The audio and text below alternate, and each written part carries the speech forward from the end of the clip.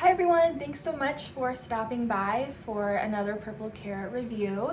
This week we're going to be focusing on more Thanksgiving themed dishes.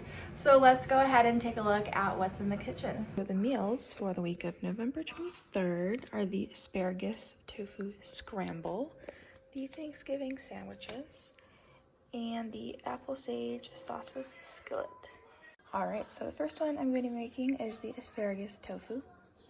Here's my end result, and I did end up cubing and air frying the tofu because that's what works for me.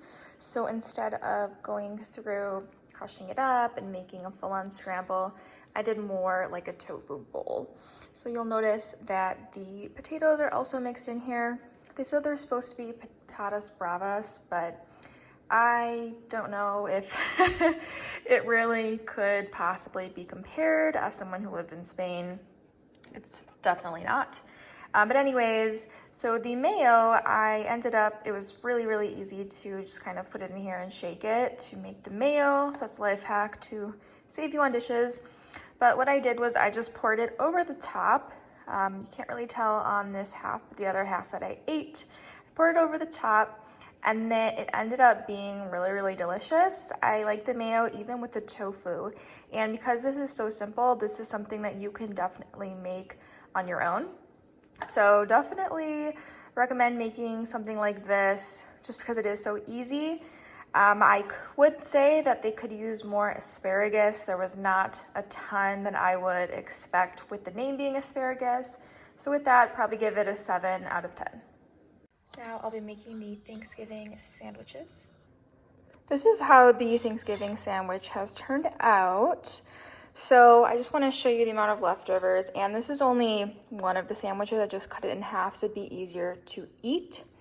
But there is a ton of slaw. Like, there's only so much you can stack on top of these guys before it's just all falling out. And they said you could serve this on the side, which I guess is fine, but I don't know, that just seems kind of like, why do both? Just do it as a side dish then.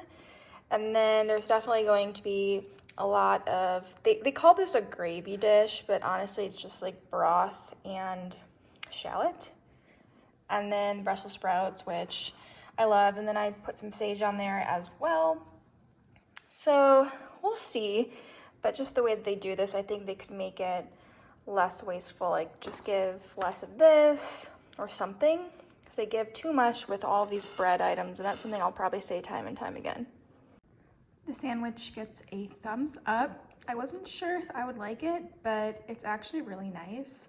The gravy mixture turned out to be really enjoyable, and the cranberry sauce adds a really nice sweetness. So this is something I would definitely recommend making on your own. Then that way you can scale it down a bit, but I'm sure I'll enjoy the rest with some of my own bread. Probably an 8 out of 10. And finally, I'm making the apple sage sausage skillet. So here's how this dish turned out. So, I mean, I'm pretty excited to try it. It's apple sage, so the sausage was actually apple sage, and there are apples in it. So I think it's gonna be really interesting. Pretty delicious. I really like the mix of the apples with the sausage, the mushrooms. It's really interesting. I never would have thought to do this myself, but now that I have tried it, I think I'll probably make this again. This has been one of my favorite meals out of all the purple carrot. So probably a straightforward 10 out of 10. All right, so that sums up this week. I was very pleasantly surprised with these dishes.